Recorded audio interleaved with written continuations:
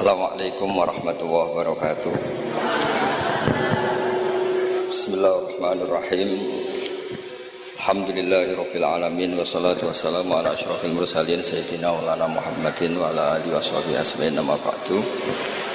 Ingkang sangat kula hormati guru kita bersama Kiai Haji Anwar Mansur, Kiai Haji Abdul Kafabi Mahrus, Kiai Haji Abdul Hakim, Kiai Haji Anim, Kiai Haji Zamzamis, dan ingkang kula hormati Bunyai Aina Ma'ruf ingkang kula hormati nggih wonten Gubernur Jawa Timur Bu Khofifah, sedanten Bunyai ingkang kula hormati.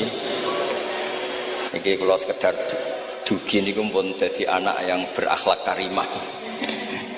Dados kula boten perlu nyampe nama itu kata-kata tekotok niku pun saleh pol mriki diutus ning Aina lewat Gus Subam. Jadi Gus Subam itu putrane Mbah Mun. Terus kalau diteror satu orang tidak mandi ya dua orang. Semua niku kabeh ditelponi dulur kula, Gus kula. Waduh. Sing dereng ditelepon malaikat Jibril mawon. Untuk memaksa kula hadir. Wis kula wau matur Bu Khofifah kula niku hanya mau undangan orang sepuh. Ternyata orang sepuh itu banyak. Teng Mbah Hamid Pasuruan sepupu Mbah kula, teng mriki gurune Mbah Maimun, terus riyen Mbah Mun ngaji teng Lirboyo.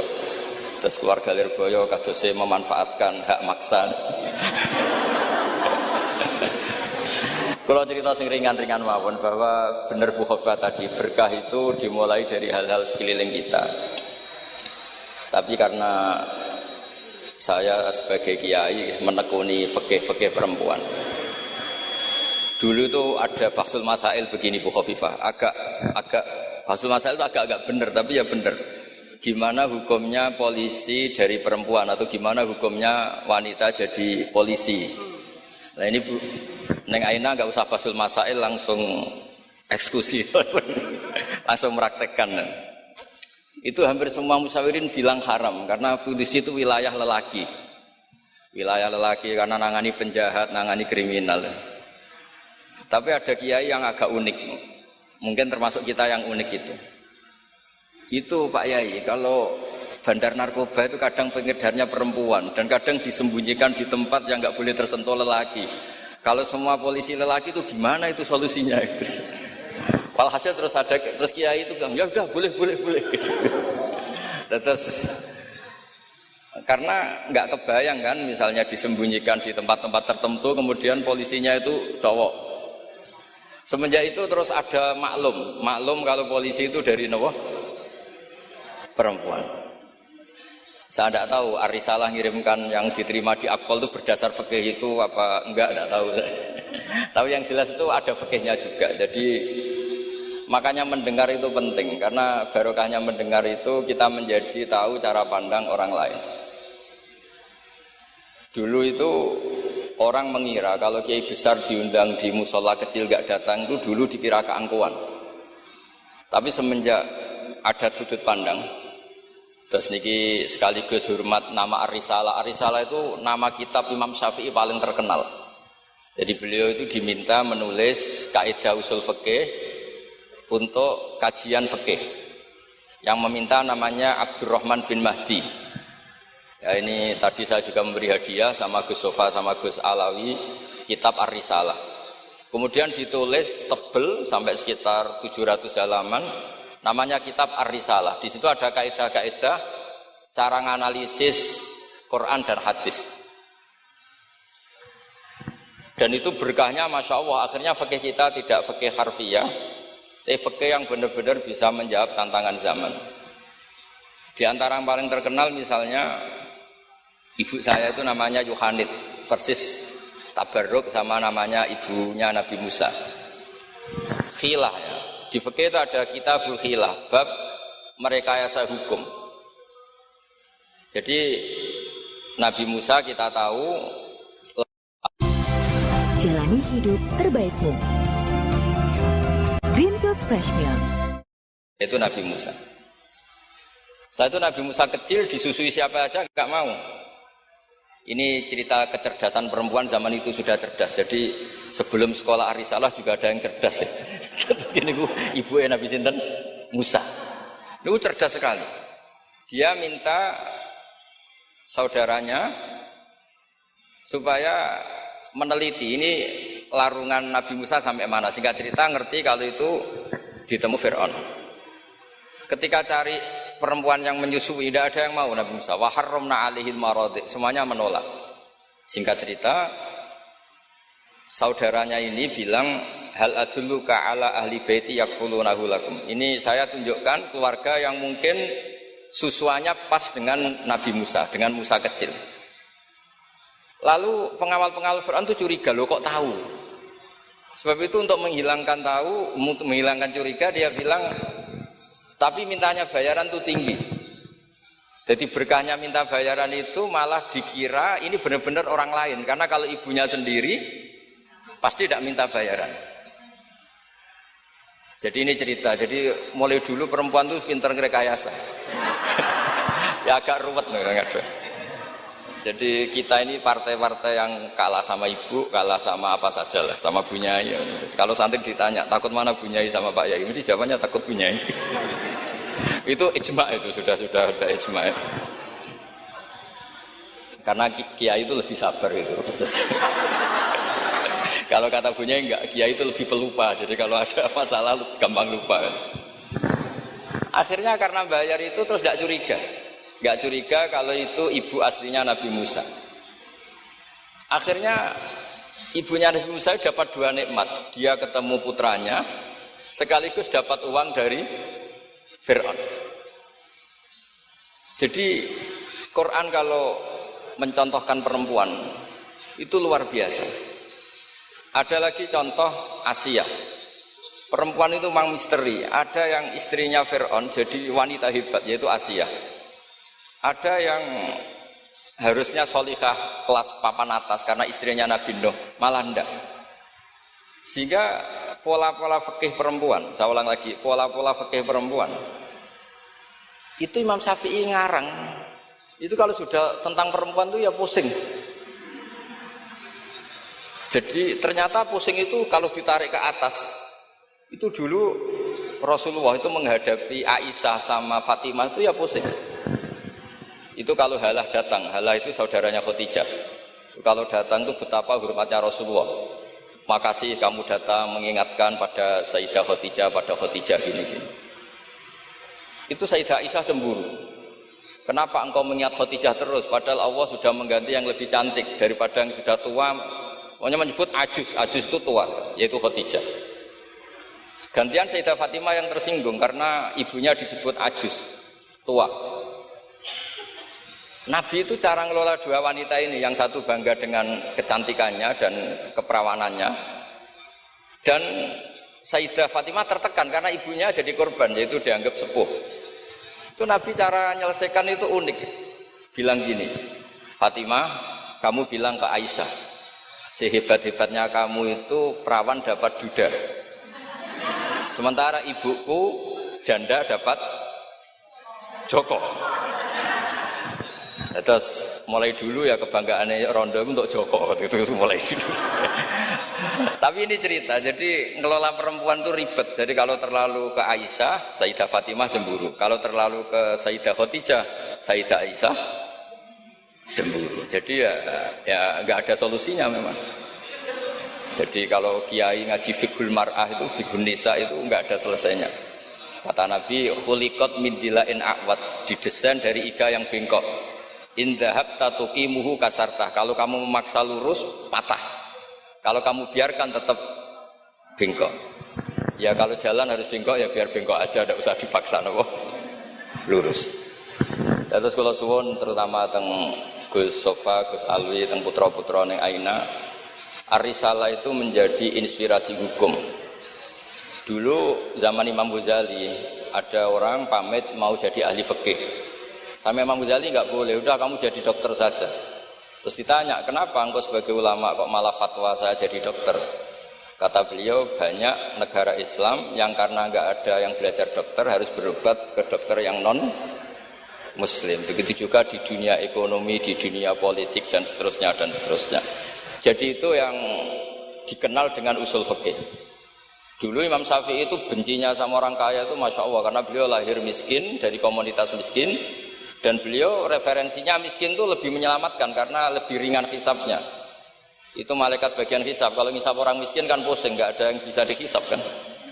Mau dihisab apanya? Hanya beras 1 kilo kan nggak ada dosanya kan karena darurat. Tapi setelah beliau ngaji usul fikih masyhur itu, beliau datang ke Muhammad bin Hasan As-Syaibani. Ini asal usul beliau ngarang kitab Ar-Risalah. Itu emas itu tumpuan di meja. Kalau ngitung uang itu di depan umum. Makanya ini juga jadi fikih.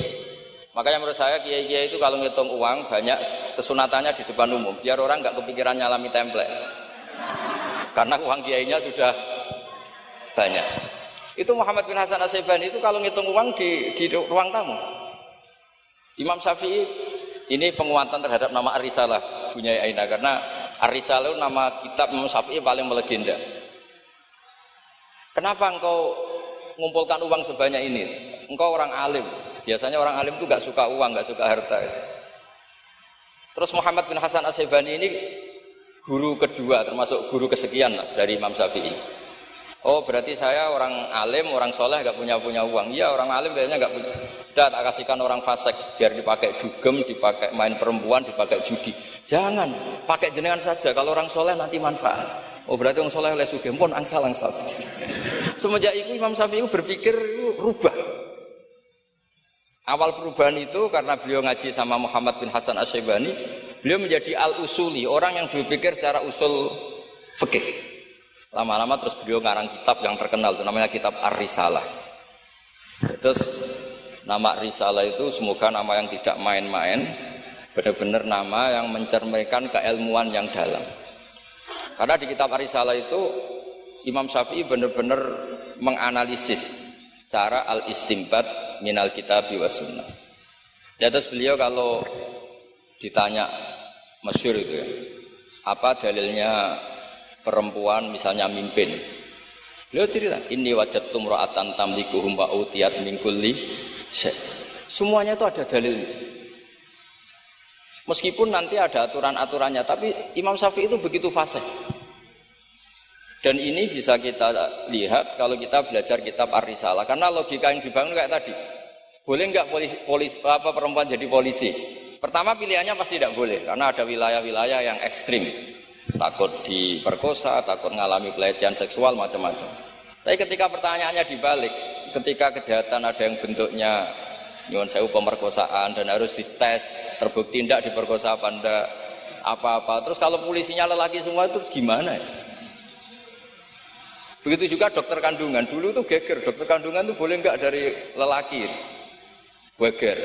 Tapi setelah Basul Masail didatangkan dokter kandungan, itu dari 10 yang tes, itu yang lulus lelaki semua, yang perempuan enggak lulus. Karena ketika melihat pendarahan, si perempuan ini kaget terus pingsan. Akhirnya yang dablek-dablek ini yang lulus jadi dokter. Nah, akhirnya terus mulai ahli fikih itu mikir dari penjelasan tadi. Apalagi kalau menunggu lama, terus jaraknya jauh, dia harus ke tempat prakteknya malam-malam. Kan kadang bayi juga mintanya lahir 1:30 dini hari. Nah, itu kan juga repot itu kalau singkat cerita akhirnya mau tidak mau ahli fikih ini mendengar dengan kondisi-kondisi seperti itu. Lagi-lagi jawabannya di kitab Ar-Risalah. Jadi kitab Ar-Risalah itu kitab di mana Imam Syafi'i itu berargumen. Sama seperti tadi, kiai besar diundang di musola kecil itu kalau nggak datang, dulu dianggap sombong. Mentang-mentang sudah besar diundang musola kecil nggak mau.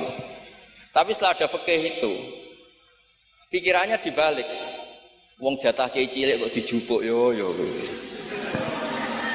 Nah itu kalau toko-toko besar boleh di kampung-kampung kan kasihan yang ibu-ibu pedagang. Nah sekarang kalau kiai besar, payune kiai desa pendak manakipan ae sing kiyaine teko, kiai gede. Apa dadi lakone ra sida kan begitu. Wong saya berkali-kali ngalamin tuh, kalau saya enggak datang di acara-acara gitu, mesti kiai kampungnya matur nuwun Gus jenengan gak teko, muga teko.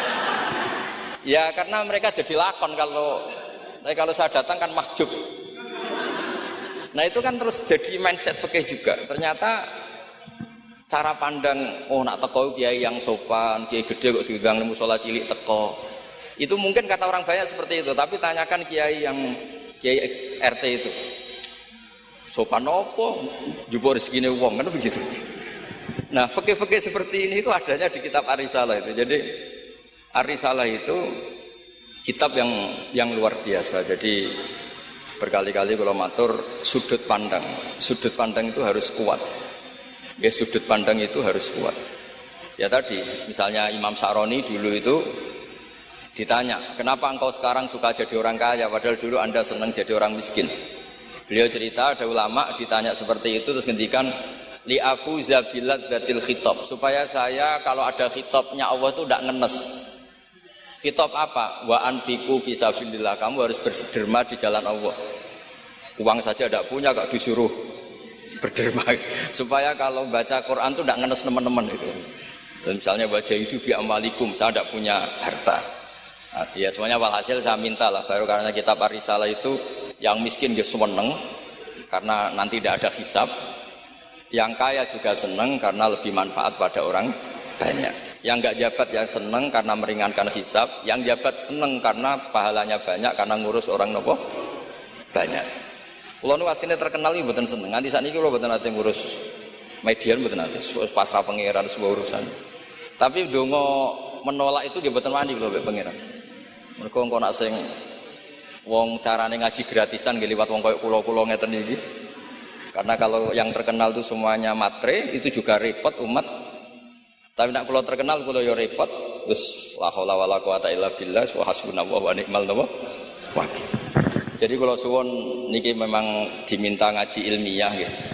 Kalau minta pondok ini harus menjadi pondok ilmiah.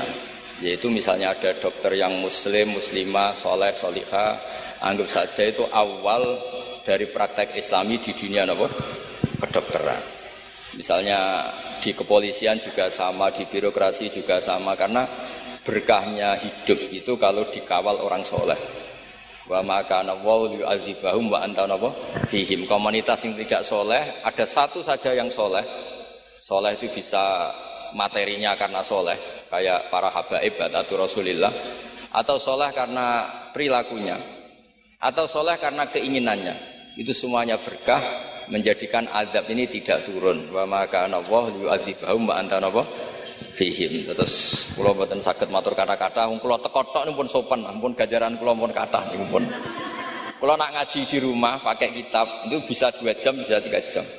Tapi kalau ngaji seperti ini itu kan koyok kedikte gitu. Temanya diatur, jamnya diatur. Saya itu kiai yang paling pantangan diatur, tapi karena kalah sepuh ya sudah, jadi ganjaran ngaji ini tidak ilmiahnya tapi tawaduk saya gitu. Dimugi barokah tawaduk niki kula nggih untuk barokah Pondok Lirboyo ngoten mawon. Assalamualaikum warahmatullahi wabarakatuh.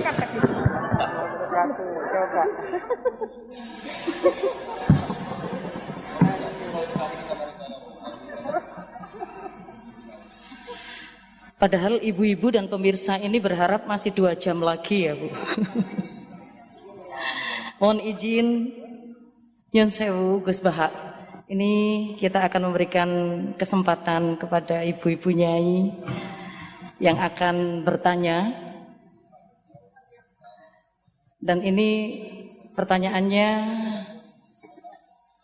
memang harus ditanyakan pagi hari ini karena kehadiran Gus Baha benar-benar sudah ditunggu-tunggu. Sepertinya bisa dimulai dengan pertanyaan yang pertama. Sinten monggo. Nggih, monggo. Assalamualaikum warahmatullahi wabarakatuh.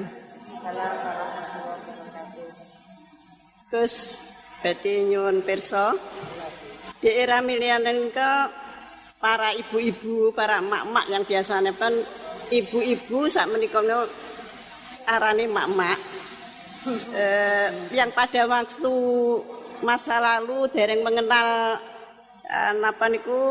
dereng mengenal dan memahami perkembangan ilmu pengetahuan dan teknologi seperti saat sekarang, kadang-kadang merasa bingung.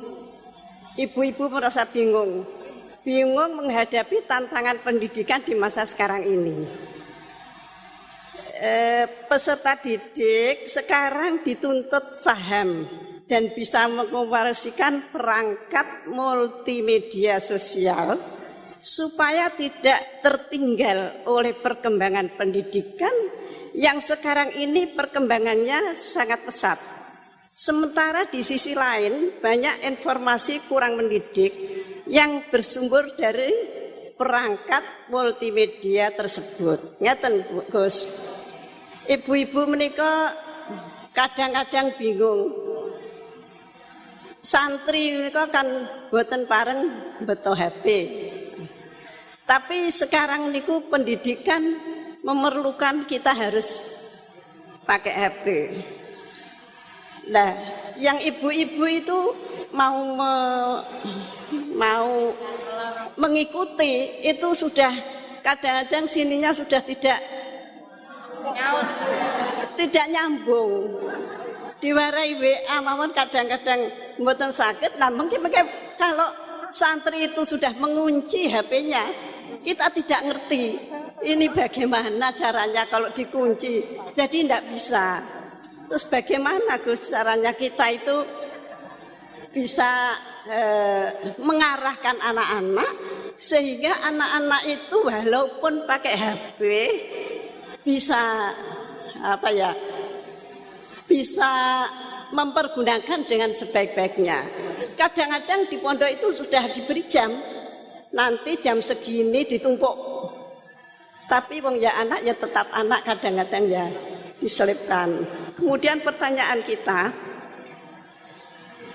sebagai orang tua dari anak-anak kami, baik para santri atau anak kami sendiri, apa yang harus kita lakukan? Repot, HP saja tidak bisa apalagi laptop. Padahal anak-anak itu kalau mencet itu sudah tahu apa-apa. Sedangkan kita yang tua tidak ngerti caranya mencet kadang-kadang. Kemudian bagaimana gini Gus, supaya anak-anak itu juga bisa mengikuti zaman tapi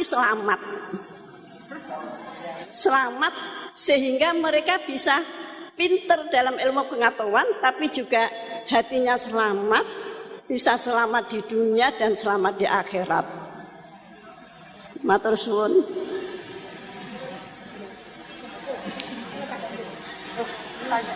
Monggo Gus Bahak.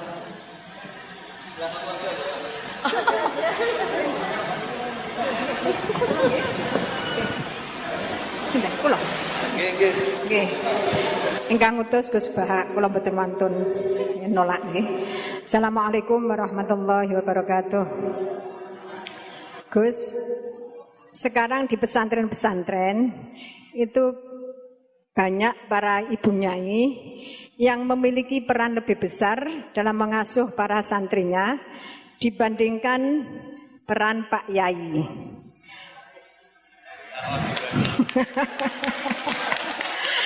Tapi ketika ada ibu nyai yang namanya tercantum sebagai pengasuh, masih banyak masyarakat yang memandang tabu ini Gus, atau tidak etis. Bahkan dalam sebuah lembaga yayasan, seringkali perempuan-perempuan itu dimarginalkan. Padahal perempuan itu kalau diberi kesempatan luar biasa Gus, laki-laki kalah semuanya.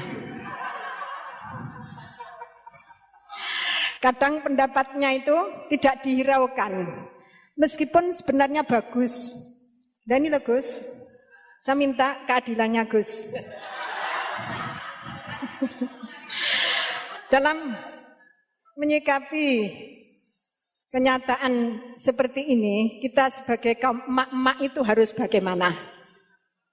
Saya menuntut keadilan Gus, dari Pak Yai, dari panjenengan-panjenengan. Terima kasih. Assalamualaikum warahmatullahi wabarakatuh. Ya nanti yang ikut jawab Bu Gubernur ini kan masa mau jadi pemimpin tidak mau jawab problemnya.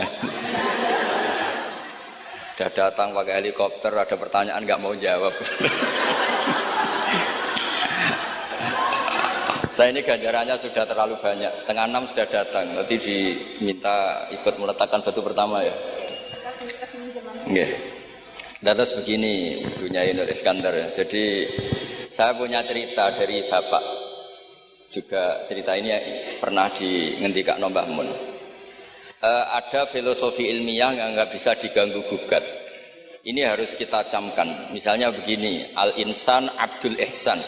Manusia itu pasti mudah diperbudak atau dikalahkan oleh kebaikan. Singkat cerita ada seorang kiai waroi zuhud. Di rumah nggak ada TV, nggak ada HP, nggak ada motor. Saking inginnya anak itu nggak terkontaminasi TV, nggak terkontaminasi HP, juga nggak sering keluyuran ada motor. Tapi apa yang terjadi? Anaknya ini malah pertama punya HP atau memakai HP dipinjemin temannya. Kebetulan temannya itu nggak sholat. Pertama naik motor juga dipinjemin orangnya yang nggak sholat. Pertama tahu TV juga di tetangga, komunitas keluarga yang tidak sholat. Sehingga perasaan anak ini hanya punya utang jasa sama orang yang tidak sholat. Lama-lama kenangannya apa? Ternyata orang yang tidak sholat itu lebih manusiawi ketimbang yang sholat. Singkat cerita anak ini akhirnya nggak sholat. Ketika anaknya itu nggak sholat, orang tuanya itu coro Jawa itu tobat, minta maaf sama bapak, sama saya. Era kiai saya minta, karena melihat Mbah Maimun itu di rumahnya ya ada TV, bapak saya di rumah ada TV, juga ada motor. Ketika sowan, walhasil intinya diceritain kenapa banyak kiai alim yang longgar di rumah ada TV, ada HP, ada motor. Ternyata karena jangan sampai anak kita pertama merasa utang jasa itu sama orang lain. Kalau orang lain ini yang orang nggak bener bisa berabe kan. Nah pondok juga gitu. Kalau terlalu ketat HP, terlalu ketat apa, ternyata HP ini barang mewah, barang wow. Kebetulan yang nilai orang lain. Dan akhirnya santri ini merasa utang jasa sama orang. Nah, ya kalau orang lain ini tepaan orang soleh, kalau enggak. Makanya ibu-ibu juga situ, senyum tuh barang mewah. Ternyata bapak-bapak kenangannya sama bakul kopi, tidak sama istrinya. Akhirnya yang diingat ya bakul kopi, karena senyum itu mewah. Ini sekaligus jawab pertanyaan yang enak, minta keadilan. Saya juga minta keadilan. Ya itu sudah komplit jawaban itu sudah. Pokoknya kita kondisikan al-insan abdul ihsan. Jadi itu tidak bisa ndak. Makanya ngelola anak-anak itu ya harus hati-hati, ngelola istri, ngelola suami, ngelola komunitas masyarakat. Kenapa kiai itu harus dermawan? Kenapa orang baik harus dermawan? Kalau yang dermawan orang fasik, pasti orang fasik ini yang punya pengaruh karena al-insan abdul ihsan. Makanya ini kembali lagi ke kitab Ar-Risalah tadi. Saya berkali-kali kalau ngaji bilang, tasodaku walau bitolkoti wajin. Kamu disuruh sodako meskipun senyum. Senyum itu dalam fikih formal dikatakan sunat. Tapi dalam konteks sudah kompetisi, itu bisa wajib. Di rumah nggak pernah ada senyum, di warung kopi ada senyum terus. Kira-kira menang mana? Sama. Ketemu preman, disuguhi kopi, senyum. Sowan kiai diamu itok. Akhirnya masyarakat mau ke preman karena di sini lebih dimanusiakan ketimbang kalau sowan kiai dimarah-marahin tok. Akhirnya konsep Nabi tolkoti wajin tidak lagi kita katakan sunat tapi wajib. Makanya berarti ibu-ibu senyum sama suaminya wajib. Tapi kalau disenyumin terus ya wong lanang ya dablek itu dikira enggak pernah salah. Berarti marah juga. Ya sudah, enggak usah diwajibkan, sudah dilakukan alhamdulillah gitu. Jadi menurut saya ngadepi fenomena sosial apapun kita harus punya kaidah ilmiah yang permanen yaitu al-insan abdul ihsan. Semuanya fikih, semuanya solusi, semuanya teori itu pasti kembali ke situ. Kalau kita lebih menarik karena ihsan kita, pasti orang ke kita. Tapi kalau kita jeblok secara sosial, ya dibayangkan Allah itu walau kunta faturolidal qalbi lan faddu min haulik. Kalau seorang pemimpin itu kok wangkot, angkuh, tidak simpatik, pasti lan faddu min haulik, pasti orang itu bubar. Jadi itu jawaban umum, tapi insya Allah menjadi solusi untuk ngelola anak kita. Saya sampai sekarang itu ya biasa ngedusi anak saya, jalan-jalan sama anak saya, supaya utang jasanya anak itu sama orang tuanya. Istri saya itu keluarga Sidogiri. Itu saya pernah bilang, kalau anak saya minta uang jajan, meskipun saya tidur agar dibangunin oleh anak saya. Kata istri saya kan, yaitu nanti melatih tidak sopan. Tapi akhirnya saya beri penjelasan secara ilmiah. Yang wajib jajan anak itu orang tuanya, jangan sampai ganggu mbak-mbak atau kangkang. Sehingga korbannya ya harus saya, bukan orang lain. Jadi kita harus kadang-kadang lebih bicara ilmu ketimbang akhlak. Apa artinya anak kita berakhlak sama orang tua, tapi anak kita pas mau jajan ngel-ngel orang lain. Nah, hal-hal seperti itu supaya apa? Anak kita punya kenangan, saya bisa jajan karena bapak saya bisa jajan karena dituruti bapak saya. Tapi kalau kenangannya sama tetangga, dan kebetulan tetangga kita misalnya kurang baik, maka nurutnya sama tetangga yang kurang baik ini. Jadi ini menurut saya, ini karena masalah ijtihad. Neng ana boleh gak setuju ya, karena ini masalah ijtihad. Tapi harus setuju, satu-satu diundang kok ora dituruti fatwane kan. Tapi jelas kaidahnya itu tadi pegang. Al-insan abdul ihsan. Sehingga kita bisa ngelola gimana orang-orang baik itu berjasa. Makanya ngendikane Rasulullah SAW masyhur itu, inna hadzal-din irtadaituhu li nafsi wala yusliha li hadzal-dini illa sakha wa husnul khuluq. Agama ini sudah final. Cuma yang bisa mengawal agama ini hanya dua, yaitu dermawan dan husnul khuluq. Jangan sampai orang lain yang enggak benar lebih berempati, lebih dermawan, sementara yang soleh kurang dermawan atau kurang empati, sehingga kompetisinya orang soleh ini kalah. Ya saya kira demikian. Ini mohon terakhir, mohon assalamualaikum warahmatullahi wabarakatuh.